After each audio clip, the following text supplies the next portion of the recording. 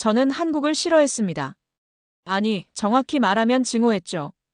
어린 시절 제 어머니가 죽어가는데도 외면했던 그 나라를요.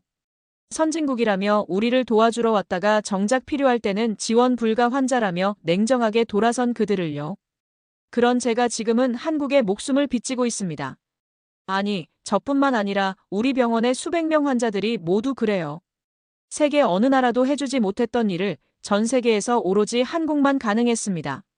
중국이 우리를 속이고 있을 때도, 정부가 우리를 포기했을 때도, 모든 희망이 사라졌을 때도 마지막까지 우리 곁에 남아준 건 한국뿐이었습니다. 도대체 무슨 일이 있었던 걸까요? 안녕하세요. 저는 사울레입니다. 카자흐스탄 알마티 국립병원에서 심장외과 의사로 일하고 있어요. 올해로 15년째 의료진으로 살아가고 있죠. 어린 시절 고아원에서 자란 저에게 의사라는 직업은 단순한 직업이 아니라 살아가는 이유였습니다. 가난하고 소외된 사람들을 치료해서 누구도 부당하게 치료를 거부당하지 않는 세상을 만들고 싶었거든요. 그런 제가 지금 여러분께 들려드릴 이야기는 한 병원에서 일어난 단순한 의료사고가 아닙니다. 의료라는 이름으로 포장된 거대한 음모와 그 속에서 진정한 치유의 의미를 깨달아가는 과정이에요. 저는 그날을 잊을 수 없습니다. 알마티 중심가 국립병원에서 수석 의료진으로 일하던 저에게 그 순간은 의료진으로서의 모든 믿음이 무너지는 시작이었거든요. 새벽 3시였습니다. 병원 전체가 갑자기 캄캄해졌어요. 정전이라고 생각했는데 단순한 정전이 아니었습니다. 수술실에서 심장 수술을 받던 아이가 있었는데 산소 공급이 완전히 중단됐어요. 응급 발전기도 작동하지 않았고요. 디지털 시스템만 문제가 된 게 아니라 병원 인프라 전체가 마비된 상황이었습니다. 저는 손전등을 들고 수술실로 뛰어들었어요. 의료진들이 당황해하는 모습이 보였죠. 심장 모니터가 꺼진 상태에서 환자의 맥박을 손으로 확인해야 했습니다. 그 순간 저는 깨달았어요. 우리가 얼마나 기계에 의존하고 있었는지를요. 사울레 박사님, 긴급 상황실로 오시라는 연락입니다. 간호사가 급하게 저를 불렀습니다. 저는 수술실을 동료에게 맡기고 긴급 상황실로 향했어요. 가는 길에 병원 곳곳이 어둠에 잠긴 모습을 봤습니다. 환자들이 불안해하고 있었고 의료진들은 휴대폰 불빛에 의존해 환자를 돌보고 있었어요. 상황실에 도착하니 정부 관계자들이 벌써 와 있었습니다. 그들의 표정이 심각했어요. 이번 사고의 원인을 조사 중입니다만 중국이 최근 지원한 병원 장비가 원인일 수 있다는 의견이 나오고 있습니다. 정부 관계자의 말에 저는 놀랐습니다. 작년에 도입된 실록 메디컬의 첨단 의료 장비들이 문제라는 건가요? 그 장비들은 우리 병원의 자랑이었는데요. 환자 진료 효율성을 크게 높여준 시스템이었거든요. 지금 당장은 환자 안전이 우선입니다. 모든 중환자를 다른 병원으로 이송 준비를 해주세요. 저는 의료진의 입장에서 말했습니다. 하지만 마음 한구석에서는 의문이 들었어요. 정말 중국 장비가 문제였을까요? 아니면 다른 이유가 있는 걸까요? 그날 밤 우리는 손전등과 휴대용 장비만으로 환자들을 돌봤습니다. 30년 전 의료 환경으로 돌아간 셈이었어요. 저는 그때 깨달았습니다. 첨단 의료 장비도 중요하지만 의료진의 손길과 마음이 더 중요하다는 걸요. 새벽이 되어서야 임시 전력이 복구됐습니다. 하지만 실록 메디컬 장비들은 여전히 작동하지 않았어요. 기술진들이 와서 점검했지만 원인을 찾지 못했습니다. 저는 그날 이후 의료기술에 대해 다시 생각하게 됐어요. 환자를 살리는 건 결국 사람이라는 걸 다시 한번 깨달았거든요. 하지만 동시에 궁금했습니다. 왜 하필 우리 병원에서 이런 일이 일어났을까요? 그리고 중국 측은 이 문제를 어떻게 해결할 생각일까요? 며칠 후 중국 기술진이 도착한다는 소식을 들었습니다. 저는 그들을 만나보고 싶었어요. 진짜 원인이 무엇인지 알고 싶었거든요. 중국 실록 메디컬 기술진이 도착한 건 사고 발생 일주일 후였습니다. 저는 그들이 문제를 빨리 해결해 줄 거라고 기대했어요. 하지만 그 기대는 곧 실망으로 바뀌었습니다. 기술진이 장비를 점검한 결과는 충격적이었어요. 바이러스에 감염되어 있다는 거였거든요. 하지만 더 놀라운 건 중국 측의 반응이었습니다. 이는 기술적 결함이 아닙니다. 카자흐스탄 측의 운용 미숙으로 인한 문제로 판단됩니다. 중국 측 대표가 회의실에서 말했을 때 저는 귀를 의심했어요. 바이러스 감염이 우리 잘못이라는 건가요? 운용 미숙이라니요. 저희는 매뉴얼대로 정확히 운용했습니다. 저는 반박했습니다. 하지만 그들은 이미 준비된 자료를 꺼내더군요. 계약서 14조 3항을 보시기 바랍니다. 사용자 과실로 인한 피해는 공급업체가 책임지지 않습니다. 또한 27조에 따르면 이런 경우 의료 인프라 운영권을 저희가 직접 관리할 수 있습니다. 계약서에 그런 조항이 있었나요? 저는 당시 장비 도입 과정에 직접 참여하지 않아서 몰랐던 내용이었어요. 하지만 지금 와서 보니 이상했습니다. 의료 인프라 통제권을 요구하신다는 건가요? 제가 물었더니 중국 측 대표가 차분하게 답했습니다. 환자 안전을 위해서입니다. 저희가 직접 관리하면 이런 문제가 재발하지 않을 거예요. 그 순간 저는 깨달았습니다. 이건 단순한 기술 지원이 아니었어요. 뭔가 다른 의도가 있는 것 같았거든요. 이건 인도적 협력이 아니라 점령입니다. 저는 분노를 참지 못하고 말했어요. 회의실이 순간 조용해졌습니다. 사울레 박사님, 감정적으로 대응하시면 안 됩니다. 정부 관계자가 저를 말렸지만 저는 계속 말했어요. 환자들이 고통받고 있는데 계약서 조항으로 책임을 회피하는 게 말이 됩니까? 의료는 사업이 아니라 생명을 다루는 일입니다. 중국 측 대표는 침착했어요. 마치 이런 상황을 예상했던 것처럼요. 감정은 이해하지만 현실을 받아들이셔야 합니다. 저희는 최선의 해결책을 제시하고 있어요. 그들이 제시한 해결책은 간단했습니다. 신록 메디컬이 병원 운영을 직접 관리하고 우리는 보조 역할만 하라는 거였어요. 환자 데이터와 의료 정보도 그들이 관리한다고 했습니다. 환자 정보는 민감한 개인정보입니다. 외국 기업이 관리할 수 없어요. 저는 반대했지만 계약서에는 이미 그런 내용도 포함되어 있었어요. 데이터 관리와 분석을 위해 중국 본사로 전송할 수 있다는 조항까지 있었습니다. 회의가 끝나고 저는 복도에서 한숨을 쉬었어요. 동료 의사가 다가와서 말했습니다. 사울레, 어쩔 수 없어. 지금 상황에서는 그들의 도움이 필요해. 하지만 저는 받아들일 수 없었어요. 이건 도움이 아니라 통제였거든요. 환자를 볼모로 한 협박 같았습니다. 그날 밤 저는 집에 돌아가서 생각했어요. 정말 우리에게는 다른 선택이 없는 걸까요? 중국의 조건을 받아들이는 것 외에는 방법이 없는 걸까요? 그날 밤 저는 잠을 이룰 수 없었습니다. 중국 측의 요구를 받아들여야 하는 상황이 분통 터졌거든요. 그런데 더 괴로운 건 갑자기 떠오른 과거의 기억이었어요. 어린 시절 고아원에서 지낸 기억 말입니다. 저는 7살 때 어머니를 잃고 고아원에서 자랐어요. 어머니는 심장병을 앓고 계셨는데 제대로 된 치료를 받지 못해서 돌아가셨거든요. 그때 한국 의료팀이 카자흐스탄에 와서 무료 진료를 해준다는 소식이 있었어요. 고아원 원장님이 저를 데리고 가셨죠. 저는 그때 처음으로 희망을 품었습니다. 어머니를 살릴 수 있을 거라고 생각했어요. 하지만 현실은 달랐습니다. 한국 의료진은 어머니를 진찰한 후 이렇게 말했어요. 죄송합니다. 이미 너무 늦었습니다. 지원 불가 환자로 분류할 수밖에 없어요. 그 말을 들었을 때의 충격을 지금도 잊을 수 없어요. 지원 불가 환자라니. 어머니는 사람이 아니라 그냥 케이스였던 건가요? 한국 의료진은 사진을 찍으며 기록을 남겼습니다. 나중에 그 사진들이 홍보자료로 쓰인다는 걸 알았어요. 가난한 카자흐스탄을 도와주는 선진국 한국의 모습을 보여주는 자료로요. 저는 그때부터 한국에 대해 복잡한 감정을 갖게 됐어요. 고마움과 원망이 섞인 감정이었죠. 그들은 도우러 왔다고 했지만 정작 저희 가족에게는 도움이 되지 않았거든요. 그 기억 때문에 의사가 되겠다고 결심했어요. 누구도 지원 불가 환자라는 말을 듣지 않게 하겠다고 다짐했죠. 가난하고 소외된 사람들을 꼭 살려내겠다고 마음먹었습니다. 지금 생각해보니 그때의 트라우마가 아직도 남아있는 것 같아요. 외국의 선이라는 이름 아래 숨겨진 차별과 무관심을 경험했거든요. 그래서 지금 중국의 행태가 더욱 분노스러운 거겠죠. 다음 날 아침 오래된 친구 딜나라에게서 연락이 왔어요. 딜나라는 어린 시절 같은 고아원에서 지낸 친구예요. 지금은 의료 시스템 해킹 전문가로 일하고 있어서 이런 상황에 대해 잘 알고 있었죠. 사울레, 어제 회의 이야기 들었어. 정말 화가 나지. 딜나라가 전화로 말했어요. 그런데 말이야, 지금 한국은 예전과 다를 수도 있어. 한번 연락해볼까? 한국이라고. 왜 갑자기 한국 얘기를 해? 저는 당황했습니다. 과거의 기억 때문에 한국에 대해서는 생각하고 싶지 않았거든요. 한국에 메디피스라는 NGO가 있어.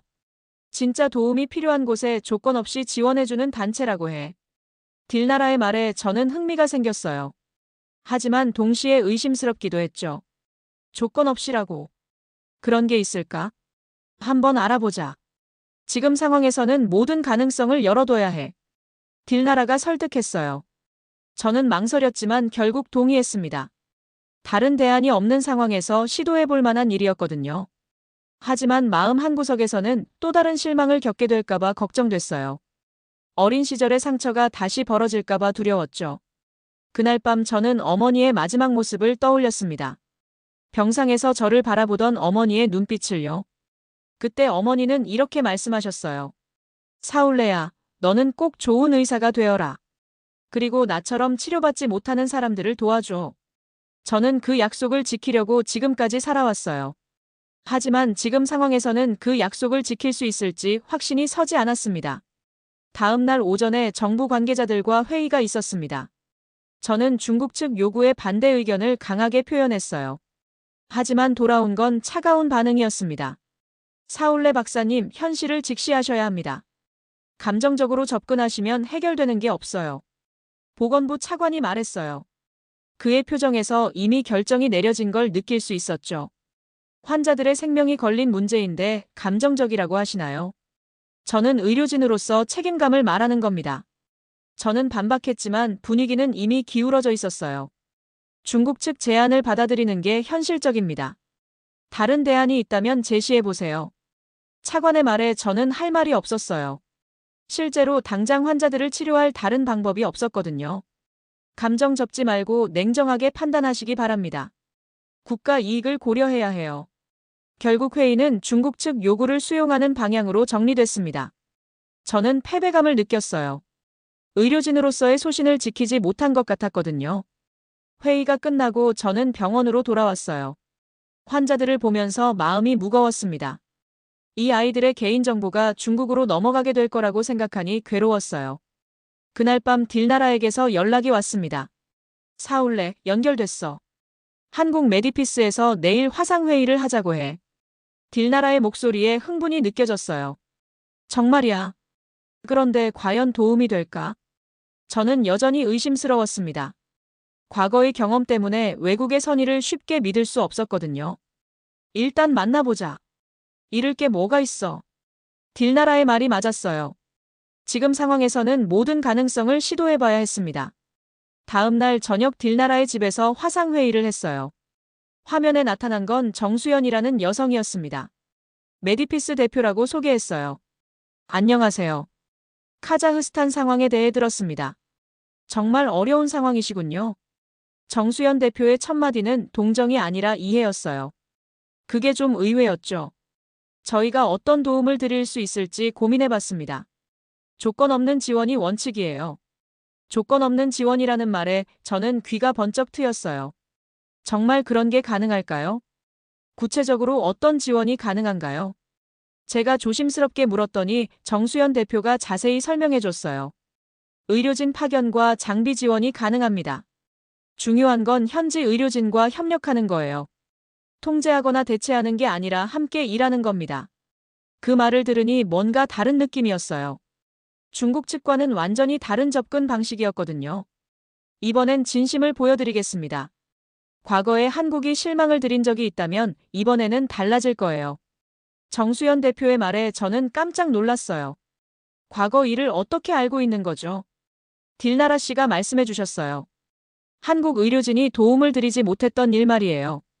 정말 죄송합니다. 진심 어린 사과에 저는 마음이 움직였어요. 적어도 과거를 인정하고 있다는 게 다행이었죠. 하지만 정부에서 이미 중국 측 제안을 받아들이기로 했어요. 제가 현실적인 문제를 제기했더니 정수연 대표가 웃으며 답했어요. 공식적인 루트 말고 다른 방법이 있을 거예요. 환자 치료가 우선이니까요. 그 말에 희망이 생겼어요. 마지막 희망일 수도 있었지만 잡아볼 만한 기회였죠. 시간이 별로 없어요.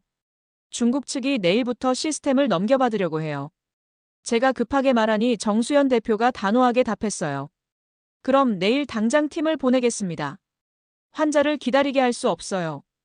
그날 밤 저는 처음으로 희망을 느꼈습니다. 과연 한국팀이 다른 모습을 보여줄 수 있을까요? 아니면 또 다른 실망을 안겨줄까요? 다음 날 새벽 5시에 딜나라에게서 급한 전화가 왔어요. 사울레, 한국팀이 도착했어. 지금 공항에 있다고 해. 정말 왔다는 거예요. 저는 얼른 준비하고 딜나라와 함께 공항으로 향했습니다. 공항에서 만난 한국 의료팀은 10명이었어요. 정수연 대표를 포함해서 의사 4명, 간호사 3명, 기술자 3명이었죠. 그들은 전세기로 왔다고 했어요. 몰래 입국한 건가요? 제가 물었더니 정수연 대표가 웃으며 답했어요. 공식적으로는 의료 연수 목적이에요. 하지만 실제로는 환자 치료가 목적이죠. 그들이 가져온 장비를 보고 놀랐어요. 컨테이너 3개 분량의 의료 장비였거든요. 그것도 모두 배터리로 작동하는 독립형 시스템이었어요. 기존 장비는 사용하지 않습니다. 저희 장비와 배터리 기반 병동 세트로 완전히 새로운 시스템을 만들 거예요. 한국팀 기술자가 설명해줬어요.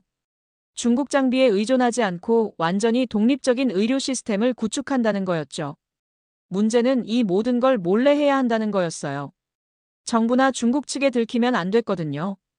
어떻게 몰래 설치할 수 있을까요? 제가 걱정하니 딜나라가 나섰어요. 내가 보안 시스템을 담당할게. 감시 카메라 죽이고 출입 기록도 조작할 수 있어. 딜나라의 해킹 실력을 믿고 있었지만 이번엔 정말 중요한 일이었어요. 밤 10시부터 작업을 시작했습니다. 한국팀은 정말 놀라웠어요. 소음 하나 내지 않고 조용히 장비를 설치했거든요. 마치 수술하듯이 정확하고 빠르게 일했어요. 저와 딜나라는 감시를 피하며 병동 전환 작업을 도왔습니다. 환자들을 한 명씩 새로운 시스템으로 옮기는 거였어요. 이 아이는 어떤 상태예요? 한국 의사가 심장병 환자를 보며 물었어요. 일주일 전부터 수술을 못하고 있어요. 장비가 고장 나서요. 제가 설명하니 한국 의사가 즉시 진단을 시작했어요. 그리고 놀라운 말을 했죠. 지금 당장 수술 가능합니다. 준비해주세요.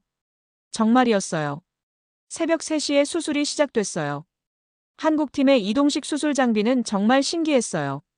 작은 공간에서도 완벽한 수술이 가능했거든요. 수술을 지켜보는데 감동이었어요. 한국 의사와 간호사들이 정말 환자를 살리는 데만 집중하는 모습이었거든요. 과거에 본 모습과는 완전히 달랐어요. 맥박이 안정됩니다. 간호사가 말했어요. 수술이 성공한 거였죠. 생체 신호 모두 정상입니다. 한국 의사가 확인해줬어요. 아이가 살아난 거예요. 그 순간 저는 참을 수 없었어요. 눈물이 주르륵 흘러내렸죠. 일주일 동안 속수무책이었는데 한국팀이 와서 몇 시간 만에 아이를 살려낸 거예요. 괜찮으세요? 정수연 대표가 저에게 다가와서 물었어요. 고마워요.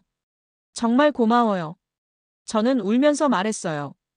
어린 시절부터 쌓인 한국에 대한 복잡한 감정이 한꺼번에 풀어지는 느낌이었거든요. 저희가 해야 할 일을 했을 뿐이에요. 정수연 대표의 답변이 담담했어요. 과시하거나 자랑하지 않았죠. 새벽 6시까지 총 5명의 환자 수술이 끝났어요. 모두 성공이었습니다. 한국팀은 정말 기적을 만들어낸 거였어요. 이제 시스템이 완전히 독립됐습니다. 중국 장비 없이도 모든 환자 치료가 가능해요. 기술자가 보고했어요. 딜나라도 해킹한 감시 시스템을 원상복구했고요. 혹시 들킬까봐 걱정됩니다. 제가 말하니 정수연 대표가 자신있게 답했어요. 들켜도 상관없어요. 환자를 살렸으니까요. 그것보다 중요한 건 없어요. 그 말에 저는 깨달았어요. 진짜 의료진의 자세가 이런 거구나. 환자가 우선이고 다른 건 그 다음이라는 거죠.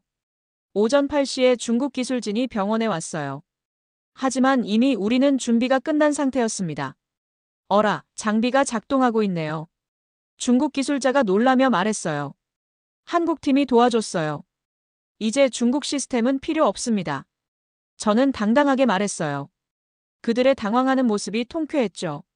그날 오후 한국팀은 현지 의료진 교육을 시작했어요. 새로운 장비 사용법부터 응급처치까지 모든 걸 가르쳐줬거든요. 이 기술을 모두 전수해드릴게요. 우리가 떠나도 여러분이 직접 할 수 있도록요. 한국 의사의 말에 저는 또 한 번 감동했어요.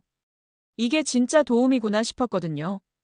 한국팀이 도착한 지 3일째 되던 날이었습니다. 딜나라가 흥미로운 정보를 가져왔어요. 사울레, 대박적인 걸 발견했어. 딜나라의 목소리에 흥분이 가득했어요. 실록 메디컬 내부 서버에 해킹 성공했거든. 그런데 여기서 엄청난 문서를 찾았어. 딜나라가 보여준 문서들을 보고 저는 경악했습니다. 실록 메디컬의 진짜 목적이 드러난 거였어요. 첫 번째 문서는 환자 데이터 이관 계획이었어요. 카자흐스탄 병원의 모든 환자 정보를 베이징 본사로 전송한다는 내용이었습니다. 환자 데이터를 왜 중국으로 보내는 거지?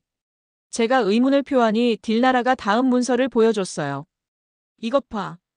환자 유형별 민감도 분류표야. 정말 충격적이었어요. 환자들을 정치적 성향, 경제 수준, 사회적 지위로 분류해놨더군요. 심지어 보험 정보와 가족 관계까지 세세하게 분석해놨어요. 이게 뭐야? 환자를 상품으로 분류한 거잖아. 저는 분노했습니다.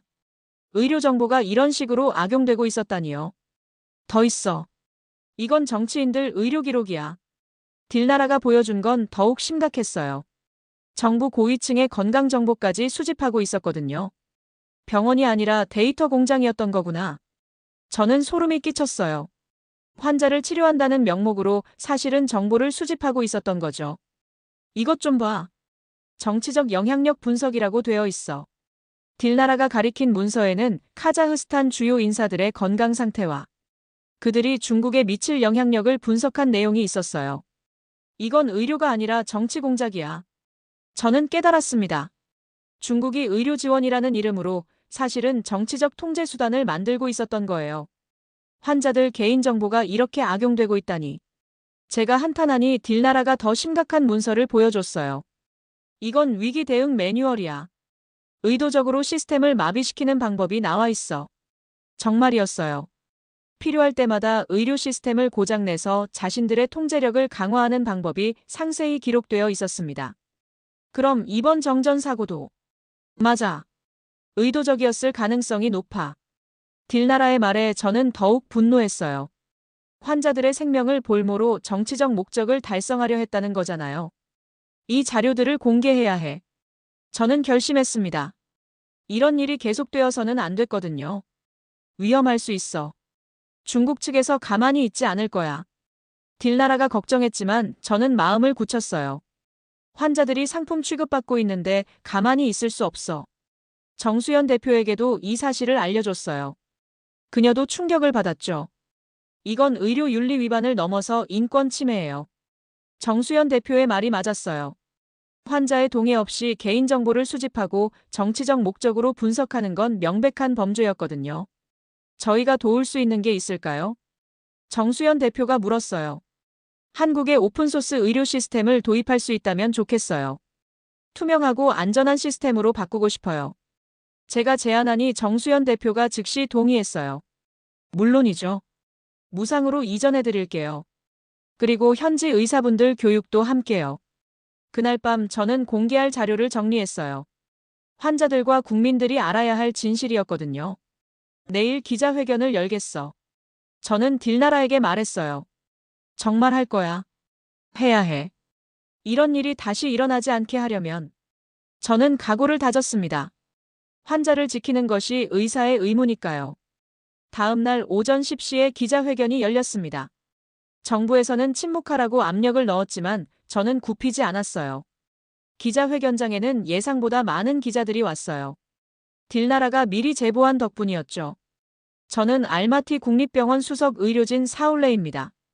오늘 여러분께 중요한 사실을 알려드리려고 합니다. 저는 떨리는 목소리로 시작했어요. 우리 병원에서 일어난 정전 사고는 단순한 기술적 결함이 아니었습니다. 기자들이 술렁이기 시작했어요. 실록 메디컬이라는 중국 기업이 의료 지원이라는 명목으로 우리 환자들의 개인정보를 불법 수집하고 있었습니다. 저는 딜나라가 확보한 내부 문건들을 공개했어요. 이 문서들을 보시면 알 수 있습니다. 환자들이 치료 대상이 아니라 데이터 수집 대상이었다는 걸요. 기자들이 자료를 받아보며 놀라는 표정을 지었어요. 우리는 환자가 아니라 상품이었습니다. 제가 강조하며 말했어요. 이 한마디가 가장 중요했거든요. 의료 정보가 정치적 목적으로 악용되고 있었습니다. 이는 명백한 주권 침해이자 인권 유린입니다. 기자들이 질문을 쏟아내기 시작했어요. 정부는 이 사실을 알고 있었나요? 일부 알고 있었지만 경제적 이익을 위해 묵인했습니다. 저는 솔직하게 답했어요. 그럼 환자들은 어떻게 치료받고 있나요? 한국의 메디피스라는 NGO에서 도움을 주고 있습니다. 진짜 조건 없는 지원이에요. 제가 말하니 기자들이 더욱 관심을 보였어요. 기자회견이 끝나고 저는 정수연 대표를 만났어요. 정말 대단하세요. 용기 있는 결정이었어요. 정수연 대표가 격려해줬어요. 이제 시작이에요. 메디피스에서 약속하신 오픈소스 시스템 도입을 시작하죠. 저는 실질적인 변화를 만들고 싶었어요. 이미 준비했어요. 병원 시스템을 완전히 투명하게 바꿀 거예요. 메디피스 팀은 정말 놀라웠어요. 병원 시스템을 오픈소스 기반으로 무상 이전해줬거든요. 환자 데이터는 완전히 암호화되고 외부 유출이 불가능한 시스템이었어요. 이 시스템은 누구나 검증할 수 있어요. 투명성이 보장되죠. 한국 기술자가 설명해줬어요. 그리고 현지 의사분들이 직접 관리할 수 있도록 모든 기술을 전수해드릴게요. 이게 진짜 기술 이전이구나 싶었어요. 의존시키는 게 아니라 독립시켜주는 거였죠. 일주일 동안 집중 교육을 받았어요. 시스템 운영부터 유지보수까지 모든 걸 배웠습니다. 가르치고 떠나는 게 저희 방식이에요. 정수연 대표의 말에 저는 감동했어요. 과거 한국 의료진과는 완전히 다른 모습이었거든요. 이제 여러분이 주인이에요. 저희는 조력자일 뿐이죠. 한국팀의 이런 자세에 제 마음속 감정의 벽이 무너졌어요. 어린 시절의 상처가 치유되는 느낌이었죠. 정말 고마워요. 한국에 대한 제 생각이 완전히 바뀌었어요. 저는 정수연 대표에게 진심으로 말했어요. 과거의 실수를 만회할 수 있어서 저희도 기뻐요. 정수연 대표의 답변에서 진정성을 느낄 수 있었어요. 중국 측은 즉각 반발했습니다. 경제 협력 중단을 위협하며 압력을 넣었어요. 하지만 진실이 공개된 상황에서 국민들의 여론은 저희 편이었죠. 환자를 상품으로 본 중국 기업은 당장 철수하라. 시민들이 병원 앞에서 시위를 벌였어요. 정부도 결국 입장을 바꿀 수밖에 없었습니다. 국민 여론을 무시할 수 없었거든요. 그날 저녁 저는 어머니 무덤에 찾아갔어요. 어머니, 약속 지켰어요. 제대로 된 의료 시스템을 만들었어요. 무덤 앞에서 말하니 마음이 편해졌어요. 어린 시절의 다짐을 이제야 제대로 이룬 것 같았거든요. 기자회견 이후 한 달이 지났습니다. 놀라운 변화들이 일어나고 있었어요. 먼저 우즈베키스탄에서 연락이 왔습니다. 비슷한 문제를 겪고 있다며 도움을 요청했어요. 우리도 중국 의료 장비 때문에 고민이 많아요. 우즈베키스탄 의료진이 화상회의에서 말했어요. 그럼 함께 해결해봐요. 메디피스와 협력해서요. 저는 제안했어요. 혼자만의 문제가 아니라는 걸 깨달았거든요. 정수연 대표도 적극적으로 동의했어요. 중앙아시아 전체가 비슷한 상황인 것 같아요. 함께 대응하는 게 좋겠어요. 그렇게 해서 국제자유의료연합이 만들어졌습니다. 카자흐스탄, 한국, 우즈베키스탄이 함께 참여했어요. 의료 주권을 지키고 환자 중심의 의료를 실현하자. 이게 우리의 목표였어요. 중국은 즉각 경제 보복에 나섰습니다. 무역 협정을 파기하고 투자를 중단했어요. 경제적 타격이 클 텐데 괜찮을까요? 딜나라가 걱정했어요. 환자의 생명과 바꿀 수 없어. 저는 단호했습니다. 돈보다 중요한 가치가 있다고 생각했거든요. 그런데 놀라운 일이 일어났어요. 한국이 백신과 의료 장비 공급 루트를 개방해 준 거예요. 중국 의존도를 줄이고 다변화하는 게 목적이에요. 한국 정부 관계자가 설명했어요. 경제적 압박보다 장기적 협력이 더 중요하죠. 이런 지원 덕분에 경제적 충격을 최소화할 수 있었어요. 6개월 후 저는 국제의료 컨퍼런스에서 연설할 기회를 얻었습니다. 세계 각국의 의료진들 앞에서 우리 경험을 나누는 거였어요. 기술보다 사람이 중요합니다. 저는 연설을 시작했어요. 기계보다 손길이 우선입니다. 청중들이 집중해서 들었어요. 이번에 우리가 받은 건 시스템이 아니라 진심이었습니다. 제가 강조하며 말했을 때 박수가 터져나왔어요. 의료는 사업이 아니라 사랑입니다. 환자를 상품으로 보는 순간 의료는 죽습니다.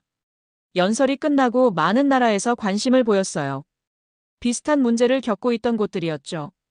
아프리카에서도 똑같은 일이 일어나고 있어요. 한 의사가 저에게 말했어요. 그럼 함께 대응해봐요. 자유의료연합을 확대하는 거예요. 저는 제안했어요.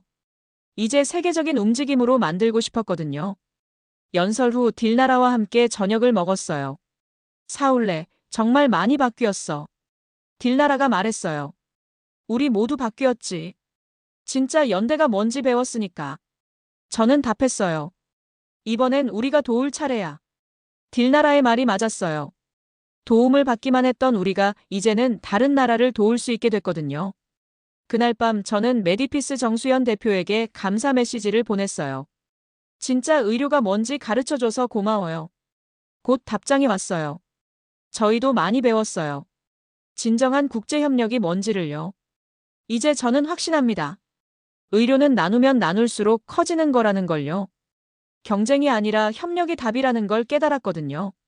어머니가 돌아가신 지 30년이 지났지만 이제야 진짜 약속을 지킨 것 같아요. 누구도 지원 불가 환자라는 말을 듣지 않는 세상을 만들고 있으니까요. 자유의료연합은 계속 확산되고 있습니다.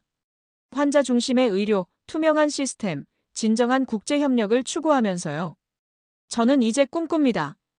전 세계 모든 환자가 차별받지 않고 치료받는 세상을요. 의료가 정치나 경제의 수단이 아니라 순수한 치유의 행위가 되는 세상을 말이에요. 그 꿈을 향해 오늘도 한 발씩 나아가고 있습니다. 오늘 사연 어떻게 들으셨나요?